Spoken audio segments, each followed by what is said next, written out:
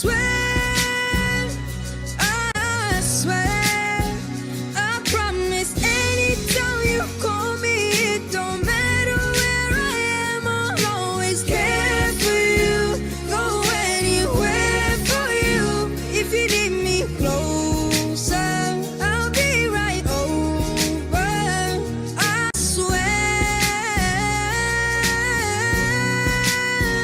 Ooh, there are days when I just don't wanna talk, and your feelings hit a wall, but that won't change the love you've raised inside this family. Everything that I do is to make you proud. I just wanna say it loud. You're my heat when I'm cold, the place I go home and always will be. Know that I'll be there for you, for you. I promise anytime you call me, it don't matter where I am, I'll always be there, like you've been there. If you need me closer, I'll be right over, I swear, I swear. I promise anytime you call me, it don't matter where I am, I'll always care for you, go anywhere for you. If you need me closer, I'll be right over, I swear. Oh, having someone to go to, having someone to love, having both is a blessing that was sent from above. Oh, I know that wherever I'll go, you'll be forever in my heart. I promise anytime you call me, it don't matter where I am, I'll always be there, like you've been there. If you need me closer, I'll be right over, I swear, I swear. I promise anytime you call me, it don't matter where I am, I'll always care for you, go anywhere for you. If you need me closer, I'll be right over, I swear. Ooh.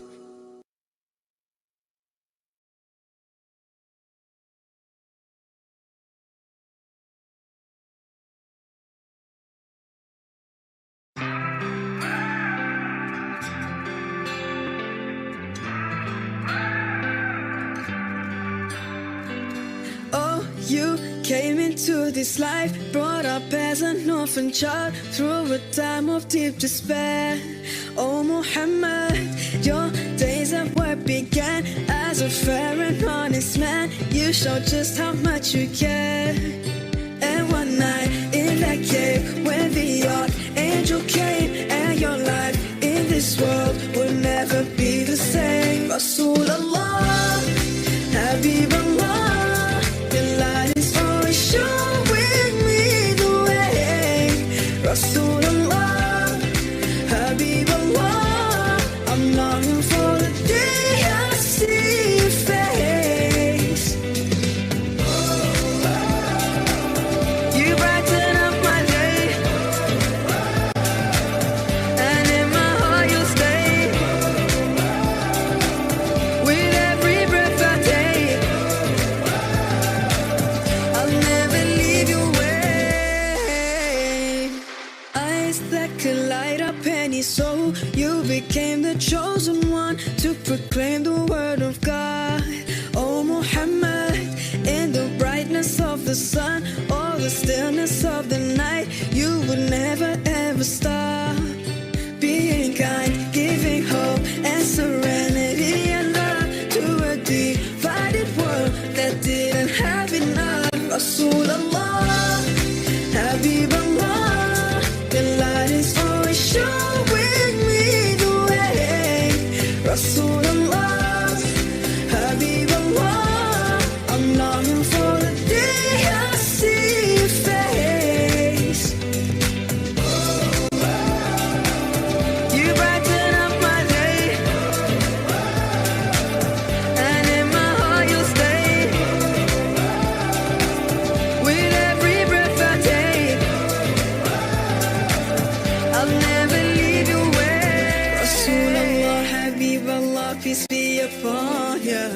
Rasulallah, Habiballah, I really love ya.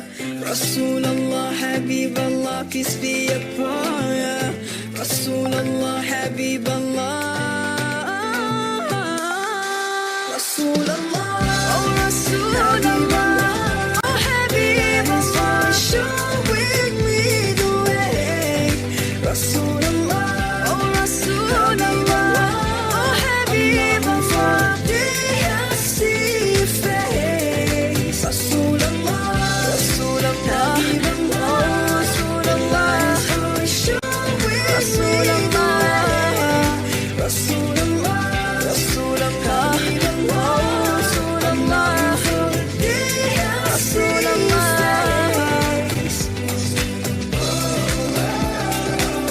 you brighten up my day, and in my heart you'll stay. With every breath I take, oh Muhammad, I will never leave your way.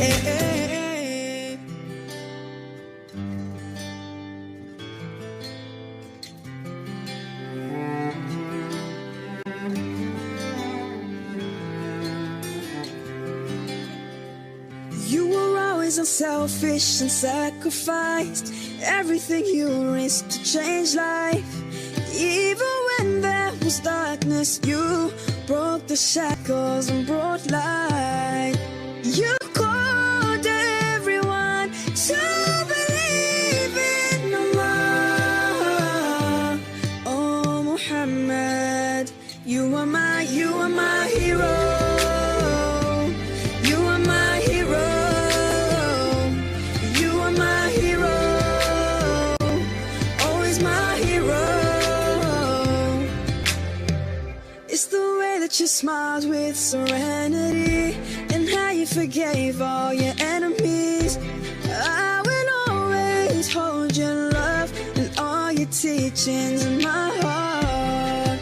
You called everyone to believe in Allah. Oh Muhammad, you are my hero. You are my hero. You are my hero. Always my hero. You are my hero. You are my hero. You are my hero. Always my hero. You are my hero and I'll keep you safe in my heart. You are my hero till the end and from the very start. You are my hero when you're lost.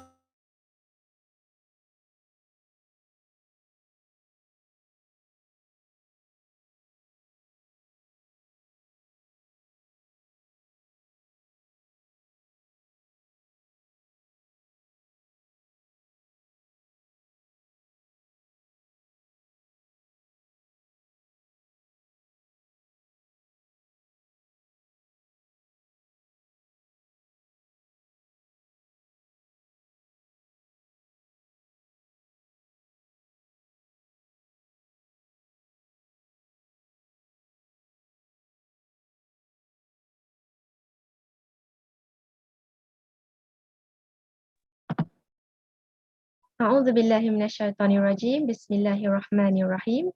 InsyaAllah sekarang kita akan mulakan majlis kita pada malam ini dengan Ummul Kitab Al-Fatihah.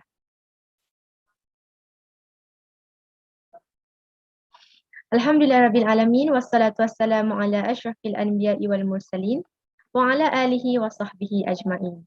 Selamat datang saya ucapkan kepada Sister Karya Abdul Razak, speaker kita yang dihormati pada malam ini, dan juga para peserta yang dirahmati Allah sekalian.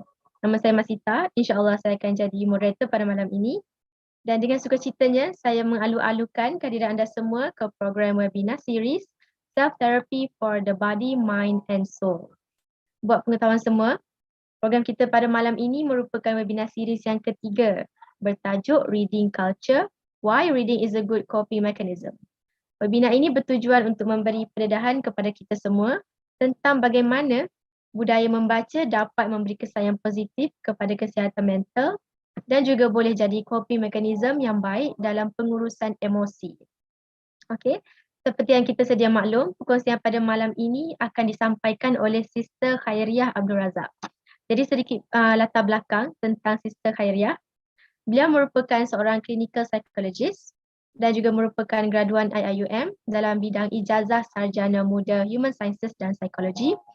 Dan beliau juga telah melanjutkan pengajian beliau ke peringkat master dalam bidang psikologi, specialized in clinical and counselling psychology. And currently, Sister Khairiah sedang bertugas di Counselling and Career Services Center IIUM. Assalamualaikum Sister Khairiah, how are you? Good, Alhamdulillah. Alhamdulillah. Okay, so without further ado, saya menjemput Sister Khairiah untuk memberi perkongsian tentang reading culture, why reading is a good coping mechanism. Dipersilakan Sister Khairiah.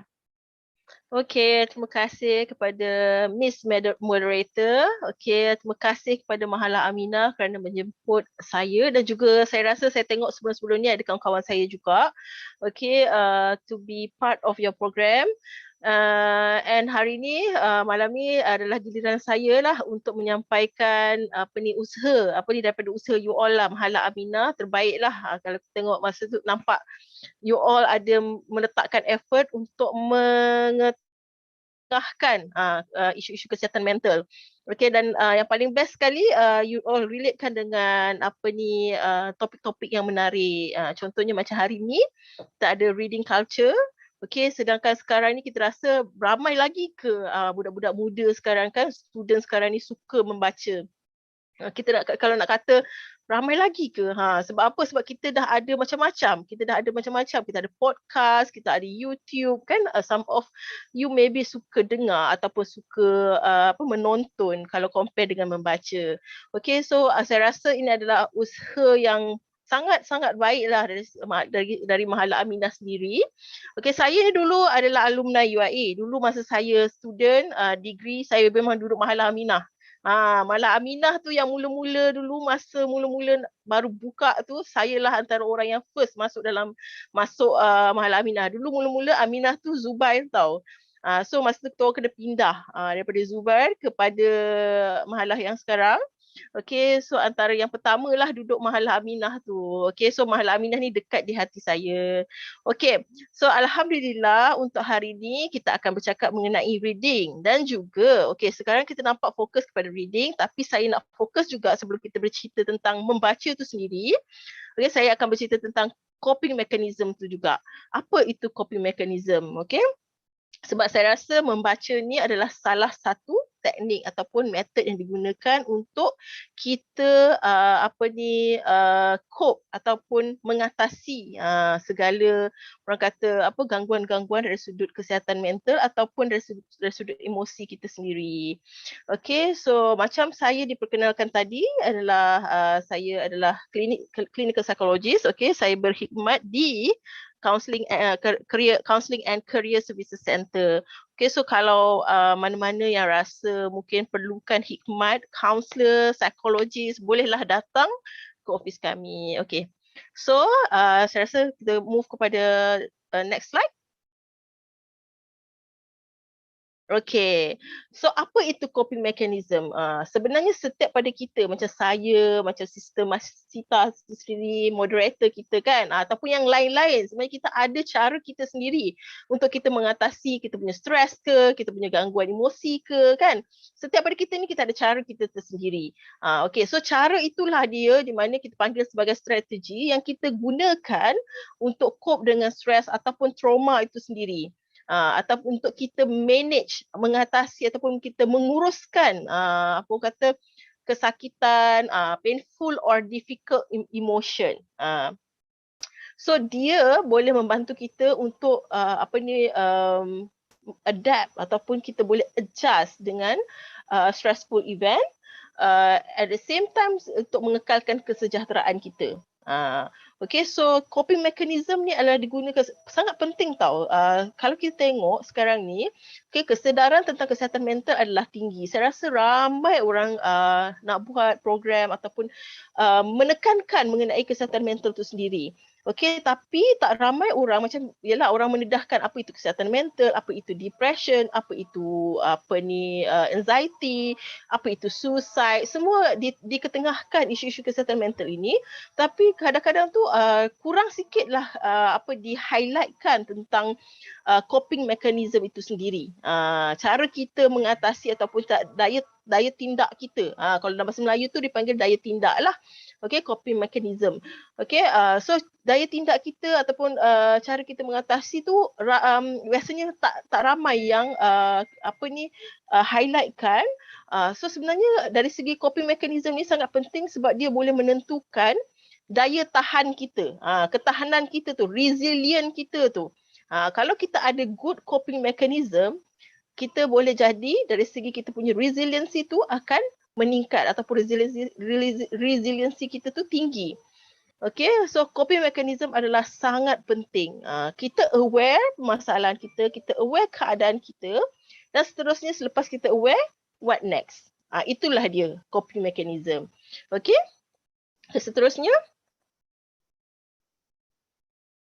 Okay, so sebenarnya coping mechanism ni adalah dia mempunyai pelbagai. Untuk kita nak memahami kenapa reading apa semua tu adalah salah satu orang kata it could be any kind of dia punya benefit kan. Reading ni saya rasa ramai. Siapa yang enjoy reading, they can feel apa dia benefit of reading. Okay, tapi kita nak relatekan dengan coping mechanism ni sendirilah untuk kita faham kenapa reading ni boleh dijadikan sebagai good coping mechanism.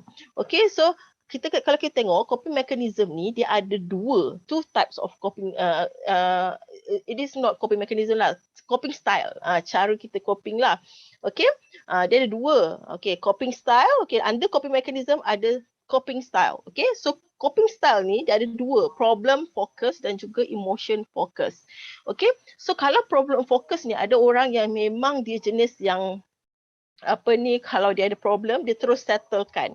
Dia deal dengan problem tu. Dia tak simpan-simpan, dia macam okay kalau dia dah settle problem tu, dia akan maknanya dia dah buanglah stres dia tu, maksudnya dia dah deal dengan stres dia. Okay, so dia dah akan berada dalam keadaan yang baik sebab stres tu dah tak ada. Okay, dan another one is emotion focus. Emotion focus ni it can be both tau. Dia boleh jadi antara dua-dua kita ada problem focus dan juga emotion focus. Kadang-kadang ada orang dia buat problem focus tapi dia tak buat emotion focus. Tapi kalau macam kita buat dua-dua, kalau ada orang dia buat emotion focus at the same time dia ada juga problem focus. Sebab apa? Emotion focus ni dia heal dulu dari segi emosi dia. Dia heal dari segi dia punya feelings, distress tu, dia make themselves they process the emotion, difficult emotion to first.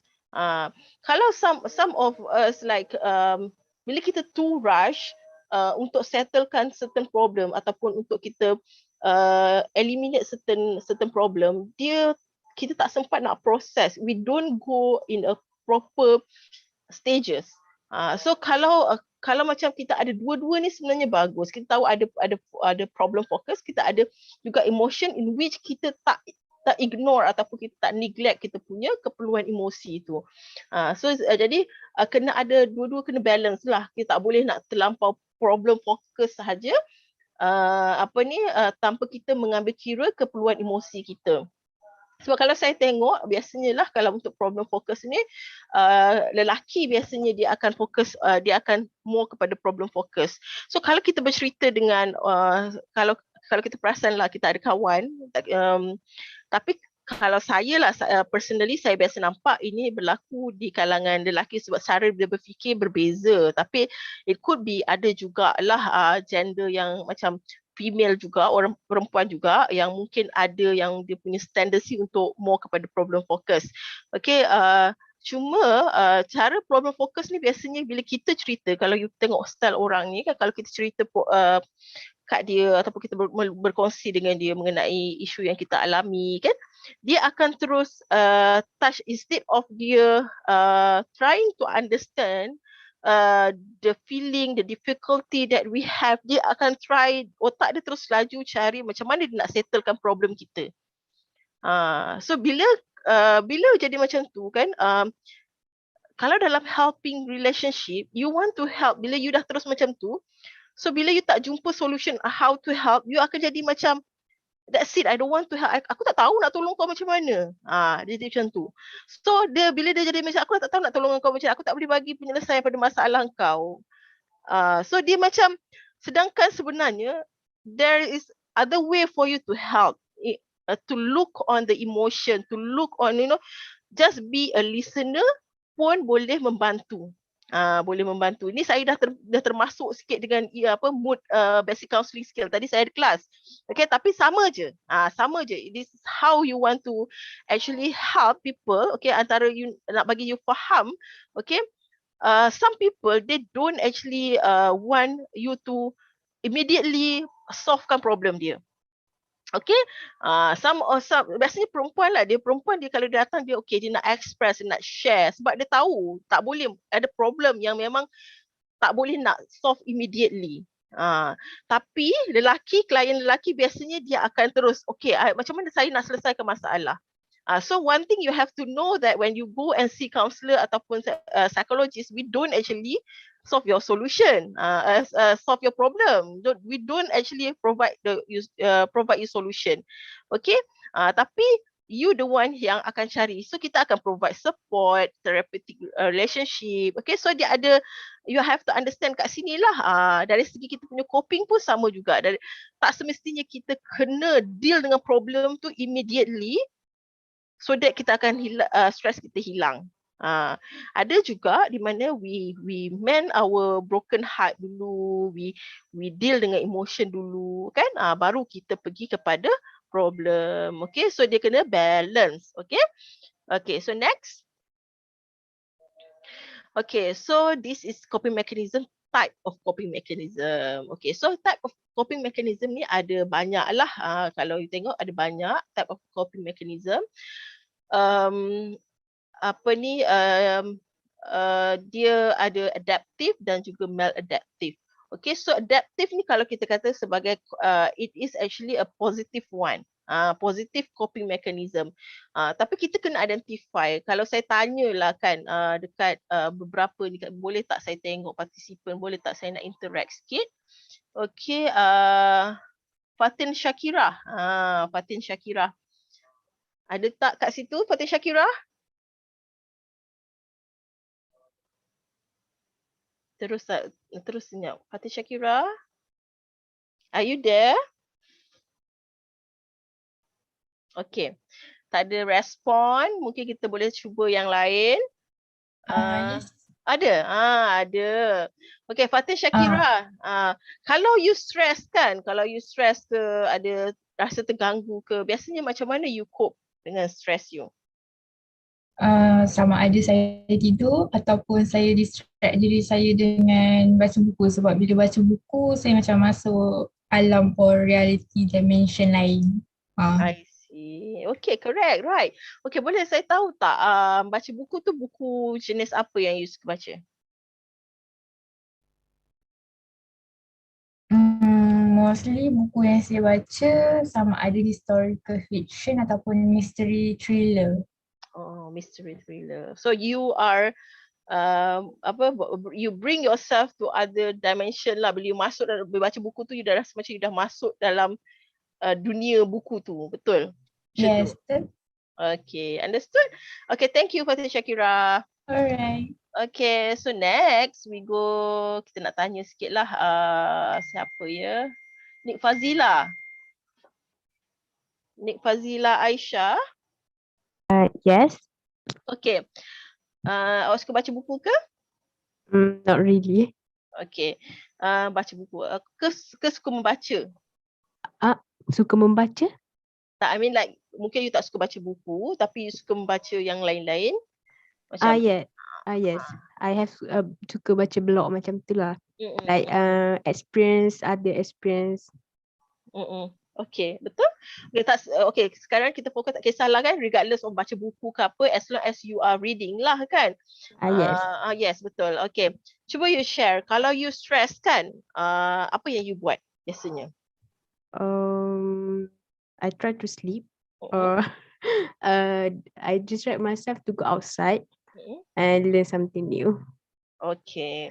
Shopping. So, shopping. Okay, ini sama dengan saya. Kita geng. Shopping. Lepas tu duit dah habis lagi stres. Okay. Okay, thank you. Okay, so kita tengoklah. Okay, coping mechanism ni dia ada dua. Okay, adaptive dengan maladaptive, which adaptive ni adalah positif. Okay, yang positive one, in which you first support ni di mana when you are stressed or you are under pressure ke, or you having mental disturbance ke, kan you dah rasa macam I think I tak stable dari segi mental. Macam mana nak tahu kan bila you boleh sedar dari segi you punya, macam mana you nak tahu you ni terganggu dari segi kesihatan mental you kan?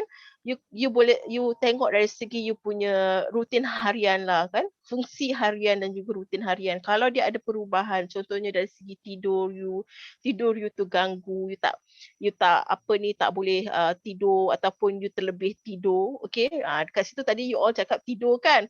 Kalau terlebih tidur is not a healthy coping.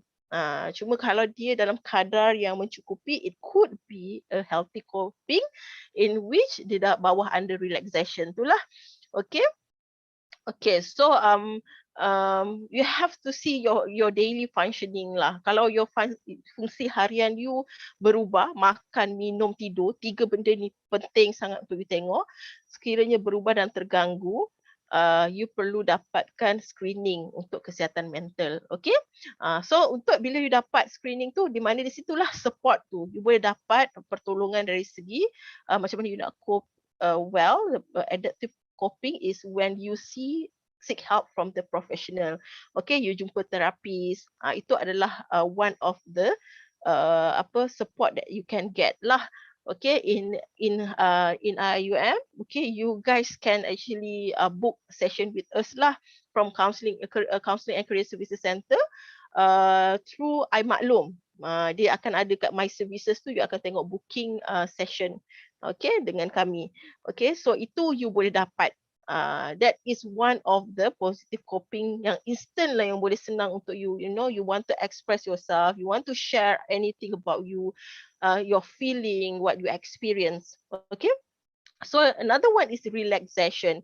Okay, relaxation is sebenarnya kalau if you see, reading is under relaxation. It actually can help you to relax. Okay.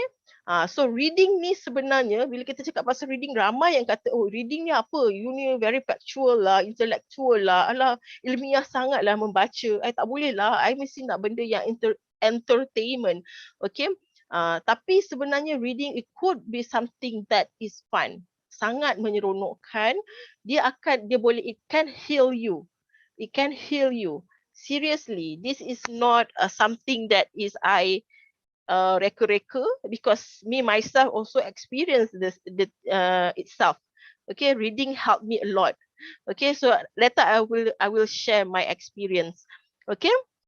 Okay, seterusnya problem solving, in which tadilah kalau you problems you focus on you punya problem, and then you deal dengan problem you. That is the right coping mechanism. If possible for you to get the immediate solution, then go for it.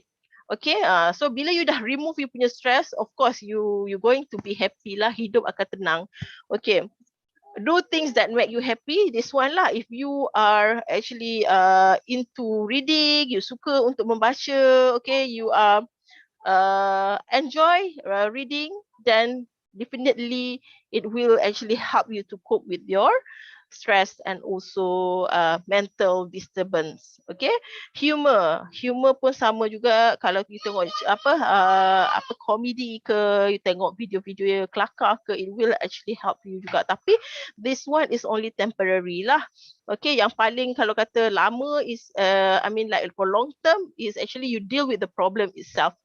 Okay, and another one is physical activities. Macam contohnya jogging, you go for brisk walk kan, you pergi outdoor activities pun also is a positive coping mechanism. But don't overdo lah. Kalau you tiba-tiba hari-hari pagi, petang, siang, malam pergi berlari, boleh mendatangkan mudarat jugalah kan. Jadi dia kena be balance lah. Okay. Okay, so maladaptive ni, okay, adalah negatif lah. Ni biasanya kita buat because kita nak dapat temporary pleasure. Kita nak dapat instant pleasure. Kita tak nak dah, aku tak nak fikir dah masalah aku ni kan.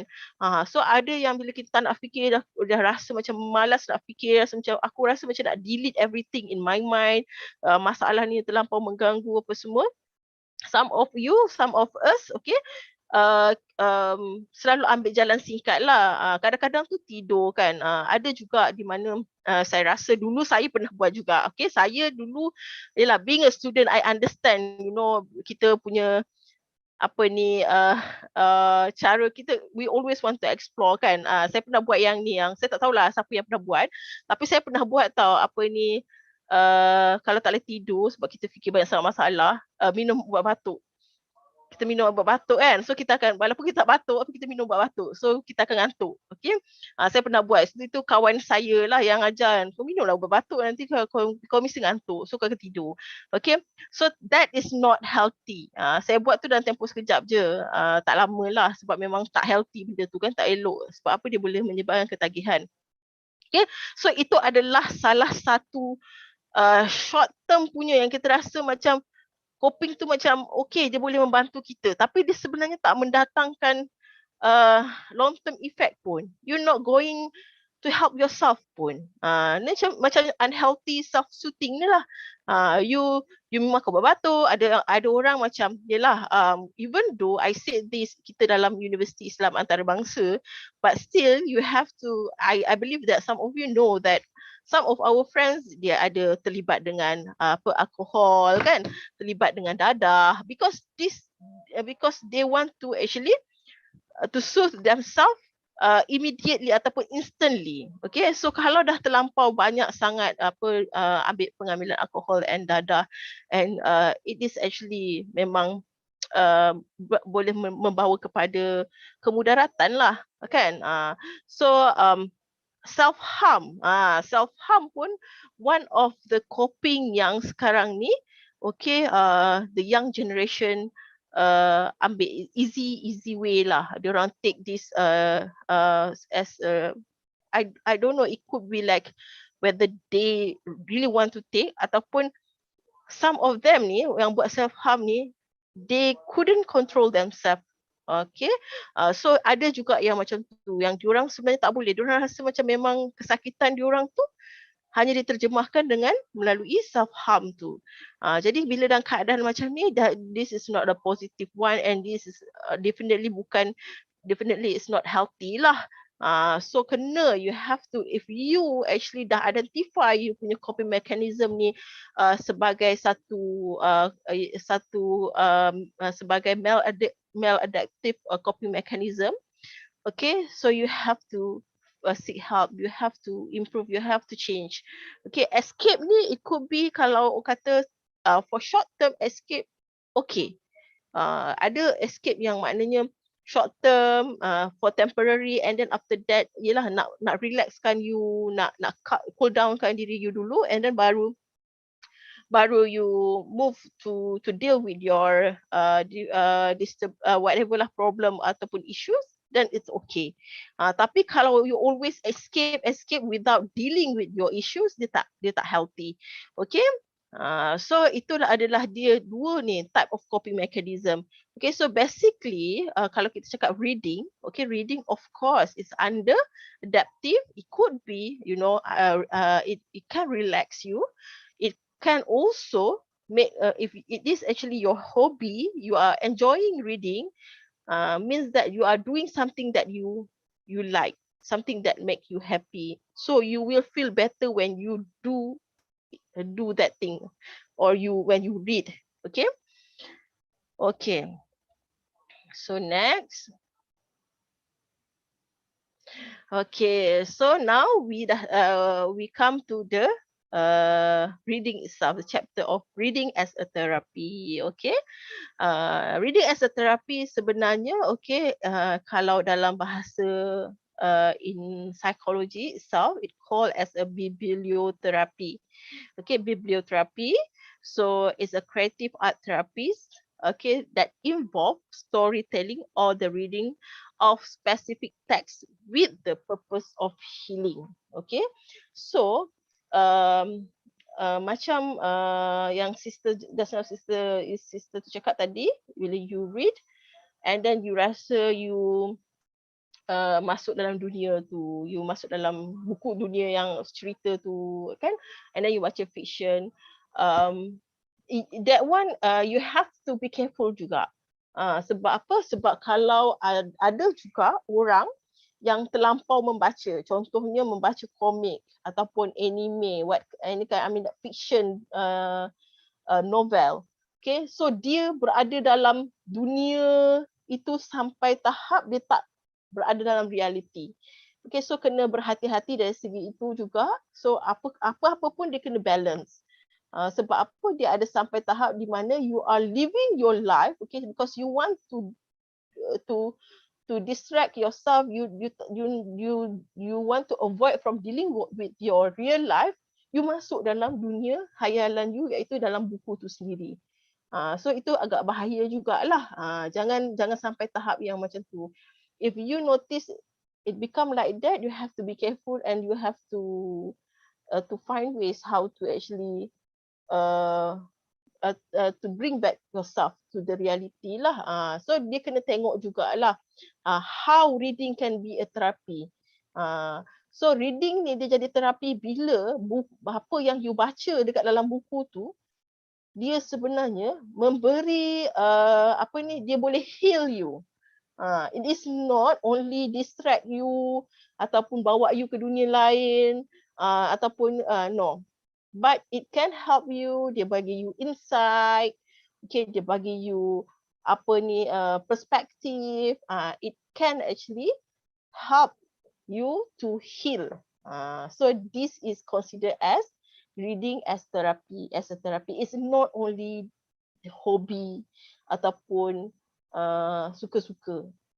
So how to make reading as a coping mechanism?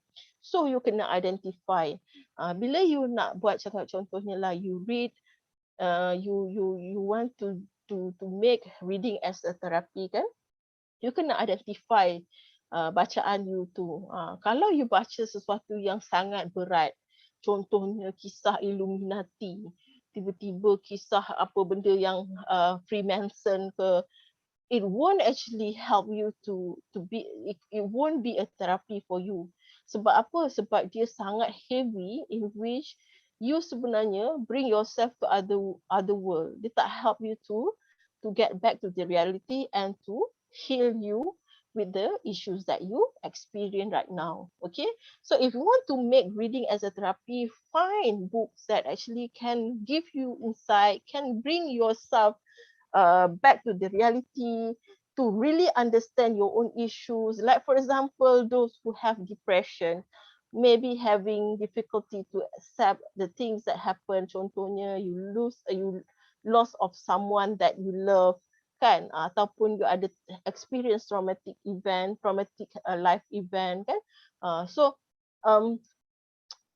by reading, certain book, okay, it can help you to actually heal ataupun soothe you. Dia dengan words dia very light reading, ataupun kita panggil self-help reading. Okay, so you have to know when you want to make reading as a therapy, you have to know the goal. You cannot simply, okay, I want to make reading, I read. You can read any kind of book at any time if reading is your hobby. Tapi yang what makes different reading as a therapy is when when you read, you able to heal yourself. Itu dia perbezaan dia. It is not bila you baca, you terus okay sebab I enjoy, I masuk dunia lain and but when you go, you still at that stage, you still stuck at the same point in reality. Okay, so you have to understand why you choose reading as a therapy. Okay, next.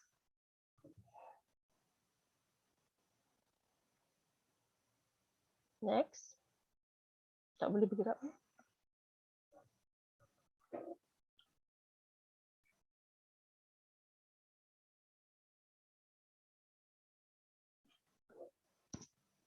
Okay.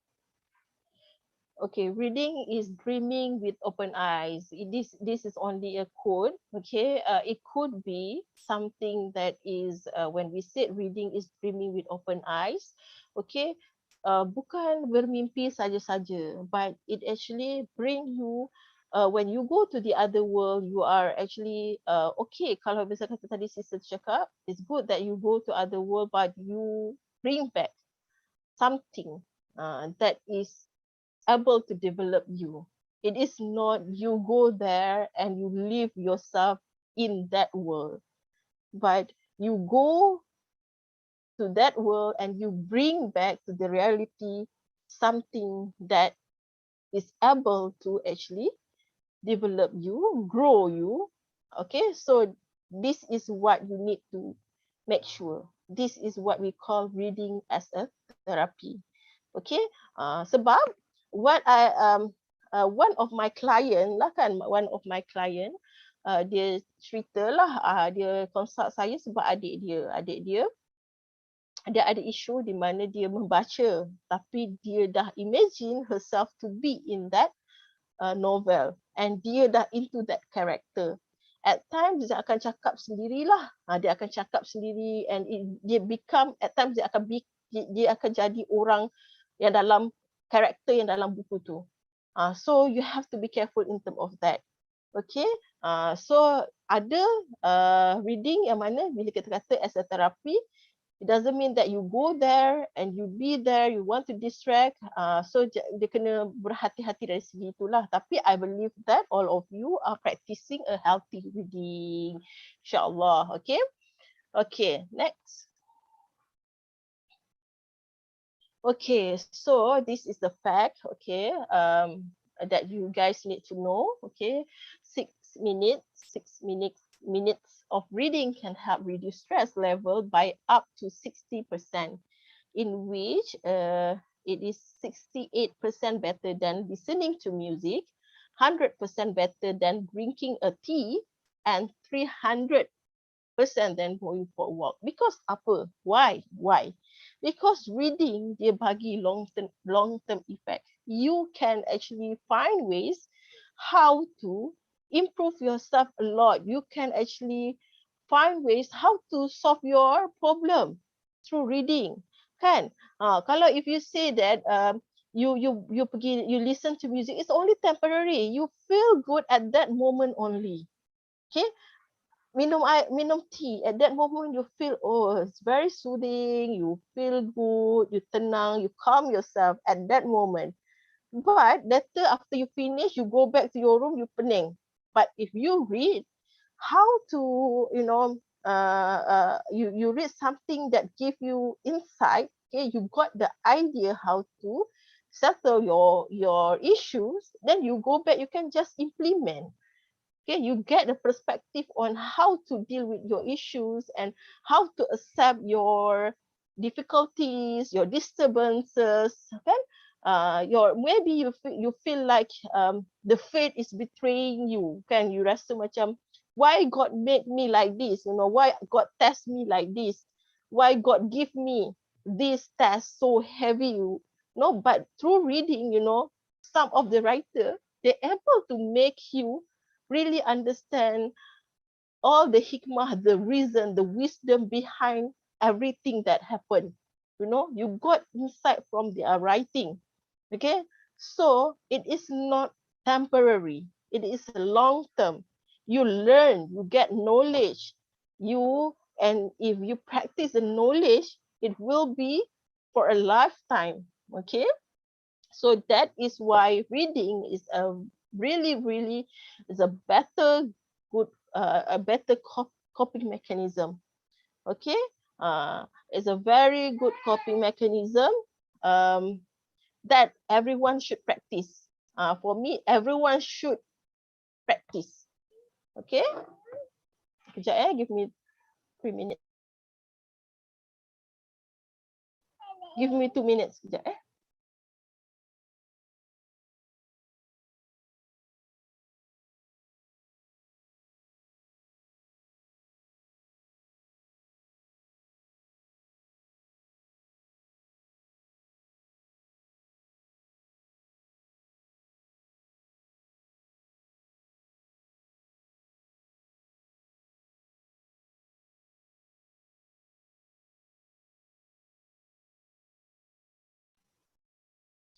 Okay, sorry, ada gangguan anak tadi.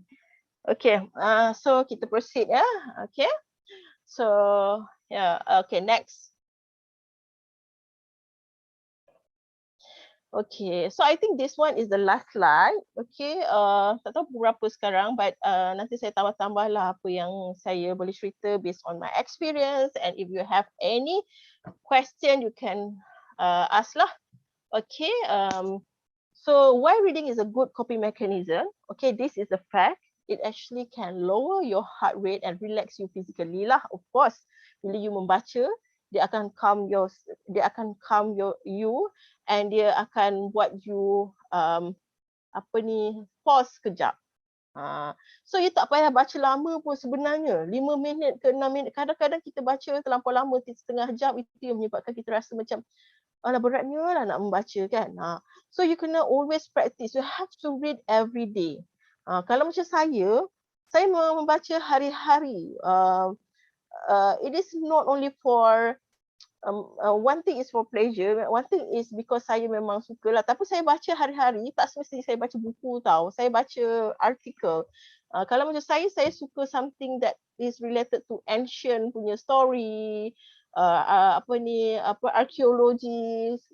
So saya memang follow benda tu. So saya memang setiap hari saya akan baca cerita-cerita. Kalau macam contohnya penemuan ke apa ke, benda-benda zaman-zaman dulu tu, saya suka baca history punya story lah kalau dari segi itu. Tapi saya memang pastikan saya membaca setiap hari, sebab saya rasa one thing is, sebenarnya one thing you kena faham, when you do, like if you read, you tambahkan you punya knowledge, okay, pengetahuan, you get you improve your general knowledge, and you do something good to yourself tau. You nampak you punya apa orang kata perkembangan dalam diri you sendiri.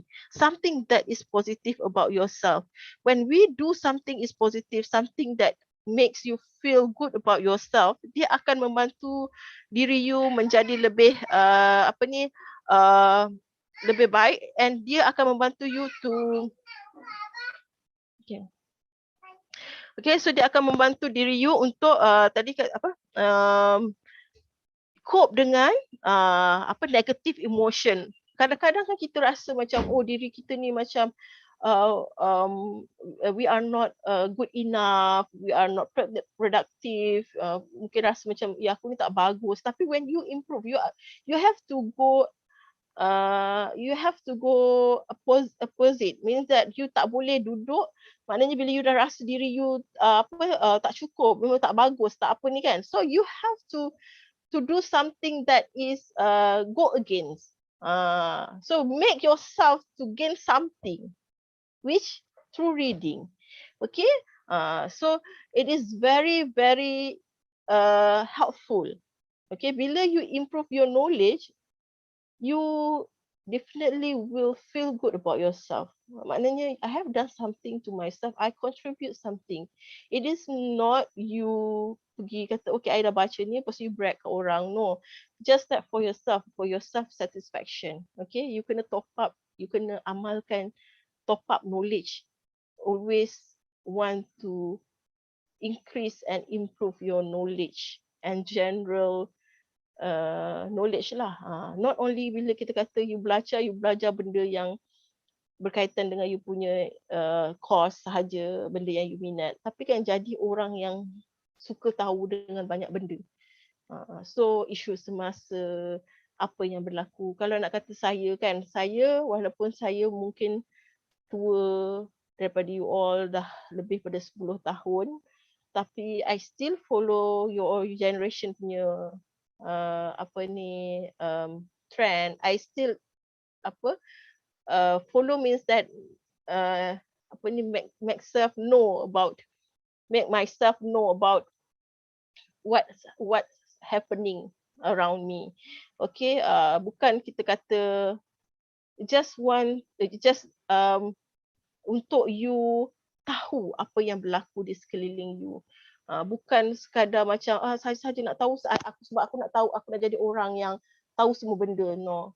And then beritahu kat semua orang, I know this, I know that. No, this is for yourself, untuk you sendiri, for your own satisfaction. Okay, saya dulu at your age maybe mungkin kita tak nampak tau, but later as we grow older, I believe that you guys akan faham. It is very important for you to get to know a lot of things.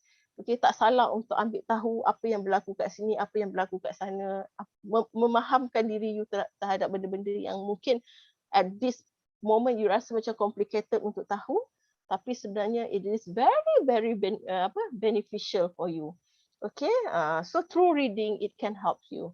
Okay, and reading also as a positive escape. Okay, bila you rasa because reading sebenarnya it has been proven as a good coping mechanism for anxiety. Okay, so dia akan calm yourself, and especially when you read books lah, buku-buku self heal book kan. So dia memang banyak membantu you. Okay, dan jangan bila you kena faham tau, you baca tu the goal why you read. Okay, so kalau you nak buat as a therapy, so you should choose the right book. Cannot lah you choose yang benda-benda yang very complicated, very factual, yang heavy. So dia takkan jadi benda yang relaxing. So you have to find the right genre. Okay, type of books. Okay, kadang-kadang buku yang kalau you kata tadi macam contohnya lah, dia punya tulisan tu rapat-rapat, small letters, and nak baca pun rasa macam kena fokus sangat, walaupun very interesting dia punya content, but it actually don't relax your mind. Okay, so you cari buku yang simple, dia tulisan dia pun tak adalah kecil-kecil sangat, dia punya buku pun nampak bersih, clean, neat. Okay, tu boleh membantu you. Okay, so kena tahu kenapa why I want to read, the goal of okay ni I choose to read this book and this book. Okay, kalau macam saya kadang-kadang tu hari ni baca buku lain, esok saya baca buku lain. So ada buku-buku yang saya baca ikut rasa saya. So kadang-kadang tu adalah banyak buku yang tak habis lagi baca. Sebab apa? Sebab kejap baca buku ni, kejap baca buku ni. Sebab kita ikut kita punya keperluan emosi masa tu kan. Okay, so it depends on individual lah macam mana you nak style of reading you. Okay. Okay, reading can increase empathy, especially towards yourself. Okay, so bila benda yang you baca tu, contohnya baca buku yang memberi insight about yourself, okay, buku yang memberi satu orang kata motivational books, okay, so it can actually improve yourself. You akan look on yourself, you give something, macam saya cakap tadi, you contribute something to yourself. Okay, selalunya kita we always be kind to other people, we always be empathy to other people, tapi kita tak jadi empathy untuk diri kita sendiri. So reading can help you to achieve that. Okay, and it give you perspective and ground you. Okay, so kadang-kadang you have certain perspective that you hold into you, but you know that perspective is not that good lah. Contohnya bila you have certain values that you hold, you kata you are very rigid towards that value. I mean like you kena pegang that perspective. Rasa macam susah nak tukar, tapi you know through reading can slowly actually it brings you to change, to be more flexible. So dia akan jadi macam okay, you boleh nampak in different perspective. So it is not through travelling sahaja ya, you boleh mendapat sesuatu perspektif yang berbeza. Orang kata kan jauh perjalanan luas pemandangan. Kan maksudnya kita ada bila kita pergi travel, we got a lot of things, we learn a lot of things, we will become flexible and open-minded kan. Tapi reading an instant ways for you to be open-minded and also be flexible. Very instant. You don't have to go to London, you don't have to go to any other place, but you through readings, you know, you can get a lot of things, you can experience a lot of things. Kalau takkan orang boleh baca buku sampai tahap dia boleh masuk dalam dunia buku tu kan. So me myself lah kan, kalau I kata benda yang impossible yang I want to be, kalau boleh jadilah benda yang mustahil tapi saya nak jadi benda tu dalam dunia, saya rasa macam saya nak pergi ke dunia dulu-dulu, zaman dulu-dulu. nak pergi tengok dulu tu macam mana. Saya macam tu, tapi I cannot do that. But what I can do is through reading. Saya baca. Bila kita baca, we can be in our own imagination in which we be in that moment, kan? So it's very, sangat-sangat membantulah. Okay, so it's very very good. Orang kata apa yang cakap?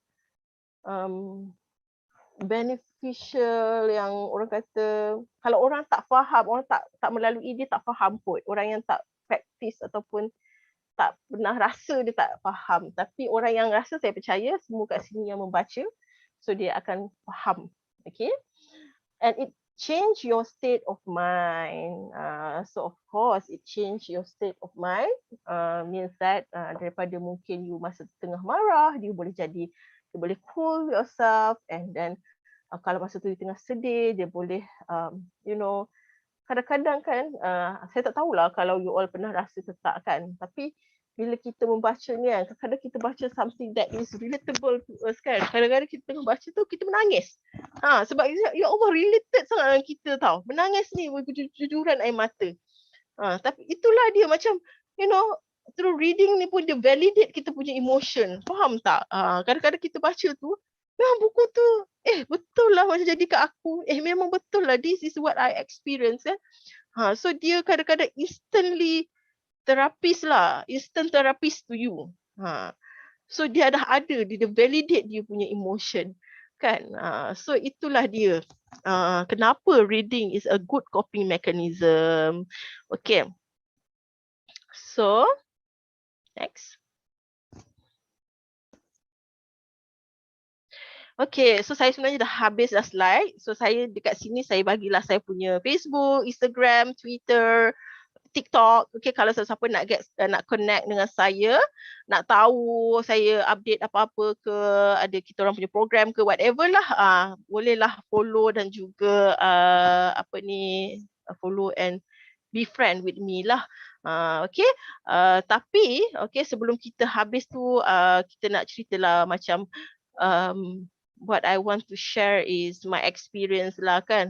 Sebenarnya saya daripada dulu saya suka membaca. Masa saya start betul-betul into reading yang memang saya suka membaca tu lepas saya continue my master. Masa saya belajar degree tu saya memang hufah-hufah je.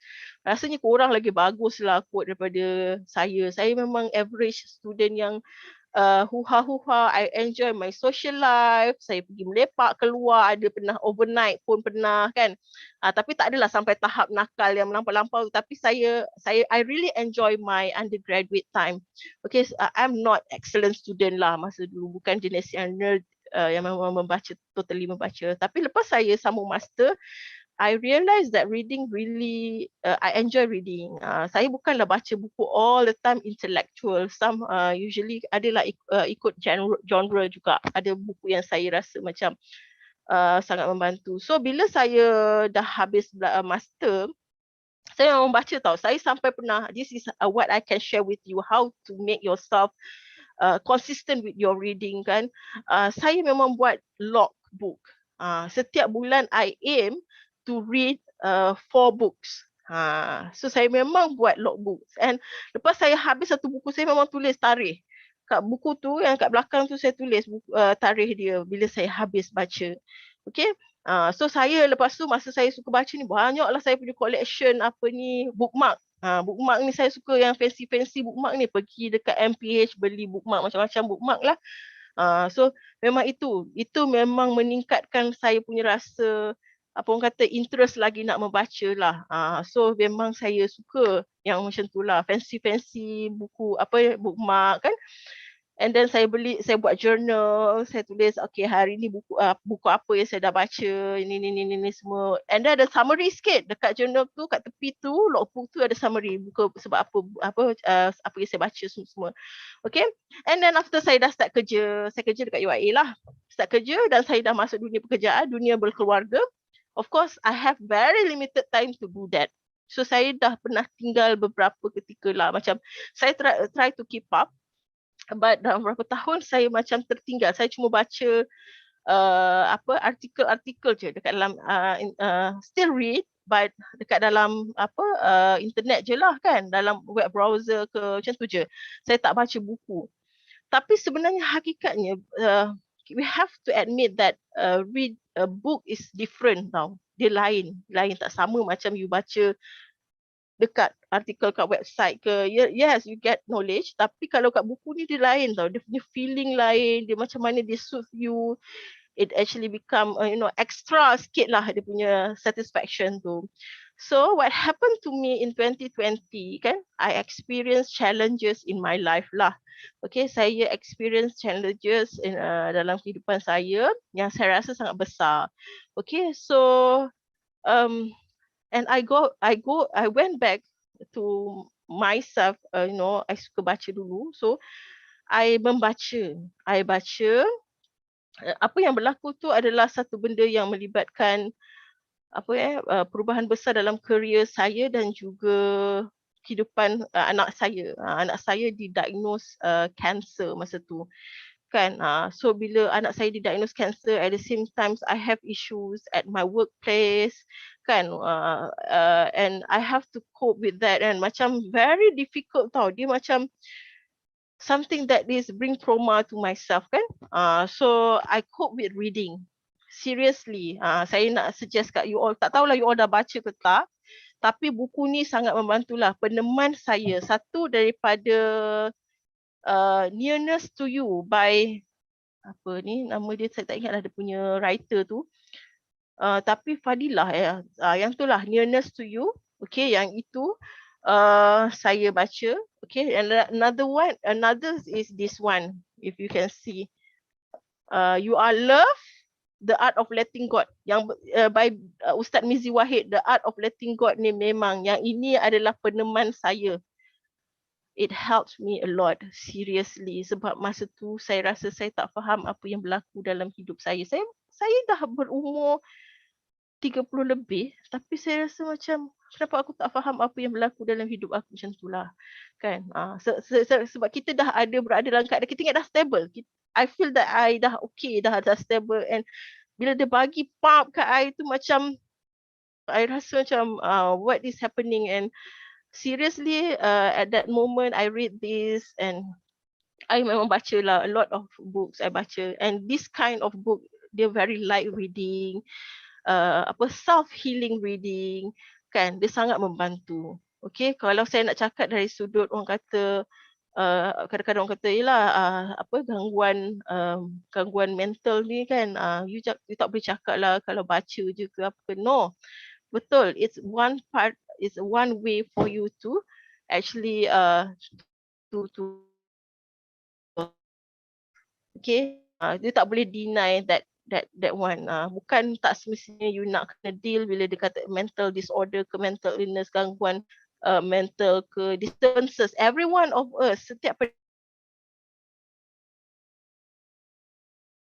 uji, dan kita akan didatangi dengan pelbagai uji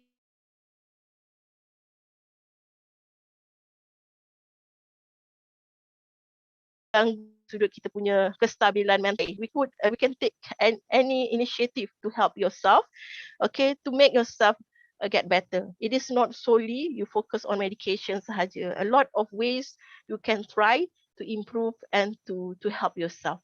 Okay, so itulah dia sedikit sebanyak perkongsian dari saya dari segi saya punya personal experience lah. So membaca tu memang sangat membantu. Okay, so saya rasa itu untuk part saya lah. Mungkin lepas ni kita dah boleh buka untuk Q&A.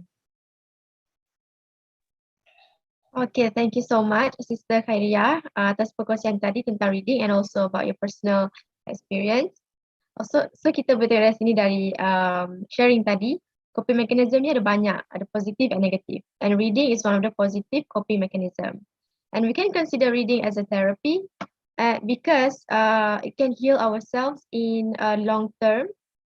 But still we need to know that reading is dreaming with open eyes. Means that bukannya kita baca and then kita lost terus, kita lari daripada reality. No, it's a therapy. And as a coping mechanism for our problem, our emotion and so on. It's not that kita lari daripada reality, but we stay to reality, cuma itu salah satu cara kita handle our emotion. Okay, thank you very much Sister Khairia. So insyaAllah sekarang kita akan ke Q&A session. So if you guys have any question, please boleh tulis di ruangan chat box atau boleh juga open microphone and tanya directly pada Sister Khairia. Also saya nak ingatkan kepada para peserta, jangan lupa untuk isi attendance form di ruangan chat box. Okay, so is there any question please? Okay, nampaknya kita ada soalan daripada Sister Sumaya. How to read effectively? I mean, to be able to remember everything that we've read. Do we need to highlight while reading or any tips? Please welcome Sister Khairia untuk jawab soalan. Okay, it depends. Kalau you nak baca tu untuk jawab exam, of course you kena ingat lah a lot of important points. Tapi kalau for leisure reading, don't focus on remembering. Tak payah fokus you nak memorize. You focus on your understanding. What do you get during the moment? Enjoy the moment when you read. Tak perlu fokus on apa yang you ingat. Ataupun kalau misal kata you suka quote tu, ini yang saya practice, yang saya buat. Kalau you suka quote ataupun ada wordings yang betul-betul macam cakap biblioterapi kan. So certain words ataupun penulisan writing dekat dalam buku tu sebenarnya heal you. Okay, apa yang you boleh buat, one thing macam cakap tadi, adik saya nampak dia kata highlight. Okay, highlight, tapi kalau highlight dia akan remain kat situ je. Bila lagi you nak buka kan? Kalau macam saya memang ada saya punya my own journal ataupun notebook lah yang memang saya akan tulis whatever quote yang saya suka dekat dalam buku tu. So saya akan tulis.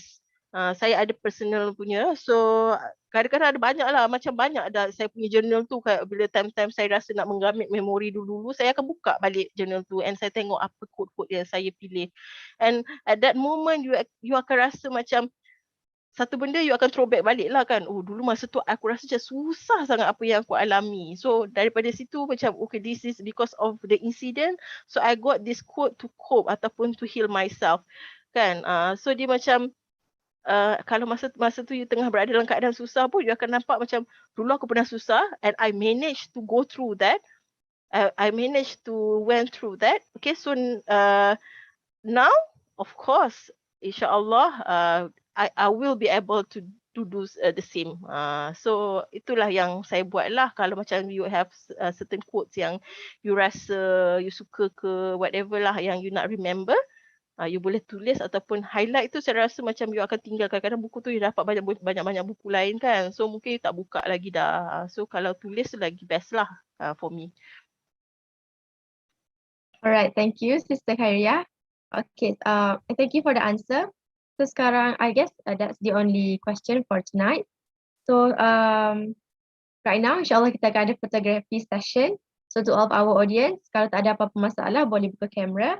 And insyaAllah sekarang komiti Pak Pro kami akan boleh mengambil gambar. Okay.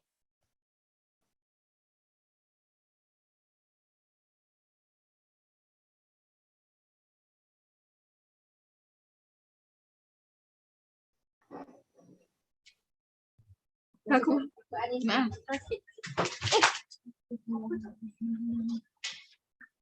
Dah ke belum? Yang siapa buat? Aku yang tu. Dah ke? Senyum semua. Senyum. 1, 2, 3. Sekali. 1, 2, 3. Okay, freestyle 1. 1, 2, 3. Okay. Okay, thank you komiti Pak Pro. So also saya nak ingatkan kepada para peserta, korang boleh isi attendance form yang telah diberi. Okay, so saya nak ucapkan terima kasih kepada Sister Khairia atas perkongsian sebentar tadi, and also thank you to all of the participants for your participation. We really appreciate it, and also sorry for any inconvenience or also shortcoming during the program. Okay, so nampaknya kita sudah sampai ke penghujung majlis. InsyaAllah sekarang kita akan tutup majlis kita dengan tasbih kafarah dan suratul As.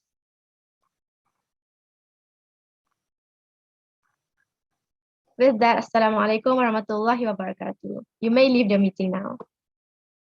Thank you everyone.